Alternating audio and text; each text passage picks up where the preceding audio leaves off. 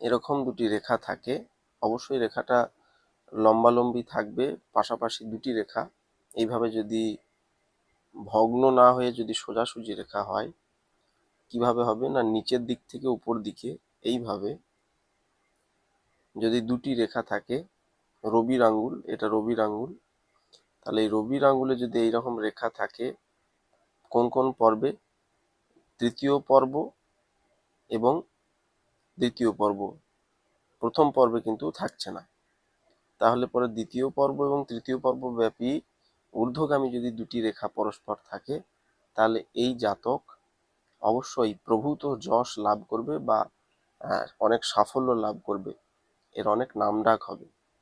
কারণ রবি, আমরা জানি রবি যশের কারক গ্রহ, প্রসিদ্ধির একটা কারক গ্রহ রবি, নাম ফেম এগুলো দেয়। সুতরাং এইরকম রেখা যদি কোনো জাতকের থাকে, তাহলে সে অবশ্যই নিঃসন্দেহে ভালো যশের এবং নামডাকের অধিকারী হবেন। অবশ্যই ভিডিওটি লাইক করেন আর চ্যানেলটিকে সাবস্ক্রাইব করে রাখেন।